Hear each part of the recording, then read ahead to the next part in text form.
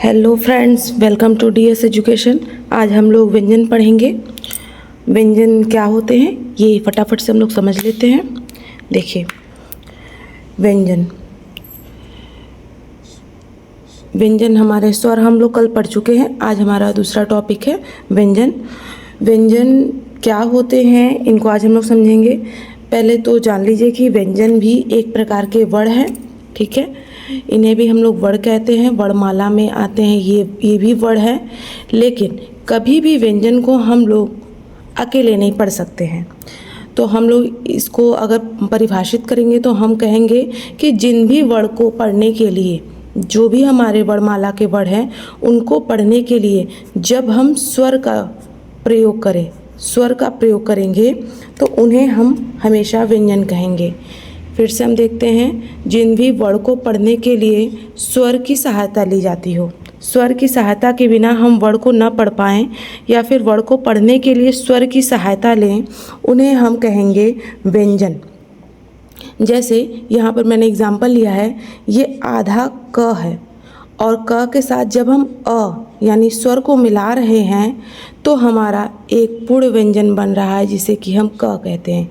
इसलिए व्यंजन में हमेशा स्वर अ का प्रयोग होता है। हमेशा हम लोग स्वर अ का प्रयोग करेंगे, तब जा कर के हमारे व्यंजन बनेंगे, ठीक है। तो ऐसा वर्ण जो स्वर की सहायता से बोला जाता हो उसे हम व्यंजन कहते हैं। अब यहाँ देख लेते हैं, हमारे व्यंजन 3 प्रकार के होते हैं। और वैसे तो बेसिक तौर पे जो व्यंजन होते हैं वो 33 होते हैं, लेकिन 2 और को जोड़ा गया है, ड ढ को, तो हम लोग 35 व्यंजन मान के चलते हैं पूरा टोटल। इसमें ये 3 प्रकार के होते हैं। पहला आपका होता है स्पर्श व्यंजन, और दूसरा होता है अंतस्थ व्यंजन, तीसरा होता है ऊष्म या संघर्षी व्यंजन, ठीक है। तो सबसे पहले हम लोग स्पर्श व्यंजन को देखेंगे। स्पर्श व्यंजन हमारे कुछ इस तरह से होते हैं। इन्हें स्पर्श इसलिए बोला जाता है, यहाँ पर हवा का प्रयोग होता है। हवा यानी हवा हमारे मुख के किन किन भागों से स्पर्श करती है। जिन जिन भागों से हवा स्पर्श करती है उनके आधार पर हम इन्हें 5 भागों में बांटते हैं: कंठ, तालु, मूर्धा, दाँत और ओष्ठ, ठीक है। याद करने का बहुत आसान तरीका है। नॉर्मल आप क ख ग लिखते हैं जैसे, वैसे लिख लीजिए। और मैं उनके लिए थोड़ा सा क्लासीफाई नीचे की हूँ कि जो पहला हमारा ये होगा, ऐसे आप देखिए, बहुत आसानी से आप एग्ज़ाम में याद कर लेंगे इसे, और ऐसे ही क्वेश्चन भी बनते हैं। तो जो हमारा क वाला जो होता है कॉलम, उसको आप हमेशा शुरू के 2 क और ख को अघोष कहिएगा, बाकी लास्ट के तीनों हमारे जो है सघोष कहलाएंगे। शुरू के 2 हमारे अघोष और लास्ट के तीनों हमारे सघोष होंगे। और अल्प प्राण महाप्राण को हम लोग अल्टरनेट करेंगे। अल्प प्राण अल्टरनेट होगा ऐसे, और ऐसे ही हमारे महाप्राण होंगे। फ्रेंड, सघोष और अल्प प्राण जैसे शब्द मैंने कल आपको समझाया है।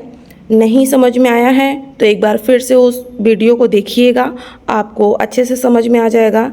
ये हम हवा के बेस पर क्लासीफाई कर रहे हैं। हवा हमारे मुख के किन किन भागों से निकलती है स्पर्श करते हुए, उनके बेस पर इसको क्लासीफाई किया गया है। क्वेश्चन सिंपल आते हैं। इनमें से कोई भी वर्ड को वो दे करके पूछेंगे कि इसमें से कौन से महाप्राण हैं। जैसे मान लीजिए मैंने ज को ले लिया, क्वेश्चन के रूप में ज को आया, और इसके लिए उन्होंने पूछ लिया कि ये अल्प प्राण है, अल्प प्राण है कि ये महाप्राण है, या फिर ये सघोष है कि अघोष है। इस तरह से क्वेश्चन हमारे एग्ज़ाम में आते हैं। तो इन्हें याद करना बहुत आसान है। मैंने इन्हें बहुत सिंपल से ट्रिक से याद किया था। अगर आपको भी याद करना है तो कर सकते हैं। जैसे आप ATM पढ़ते हो, ATM, तो ATM के जगह पे हम ए को हटा के KTM करेंगे, KTM 2। तो आपका हो जाएगा कंठ, तालु, मूर्धा, दाँत, ओठ। ठीक है, आप भी इस तरह से याद कर सकते हैं। बहुत आसान है ये, बहुत अच्छे से याद हो जाते हैं। पूछा जाता है कि कौन सा कंठ के आधार पर है, कौन सा तालु के आधार पर है, मूर्धा के आधार पर, तो आप इसको जैसे मैंने याद किया था केटीएम 2 आप भी याद कर सकते हैं, बहुत आसान होता है। फिर हमारा दूसरा जो टाइप है वो है अंतस्थ व्यंजन, सबको याद होता है ये य र ल व। ठीक है, तो ये बहुत आसानी से याद हो जाएगा।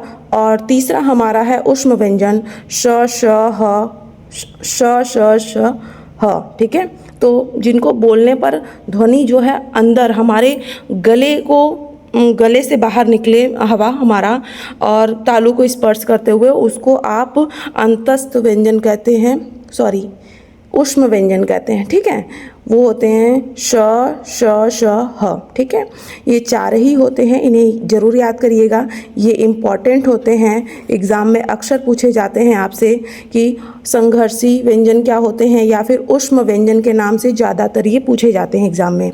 तो ये 4 होते हैं, इन्हें आप याद करिएगा। अंतस्थ व्यंजन भी बहुत बार पूछे जाते हैं एग्ज़ाम में, और बाकी स्पर्श व्यंजन मैंने आपको बता दिया। थैंक यू सो मच आज का क्लास के लिए, और क्लास कैसा लगा प्लीज़ कमेंट में बताइएगा। Thank you so much for watching.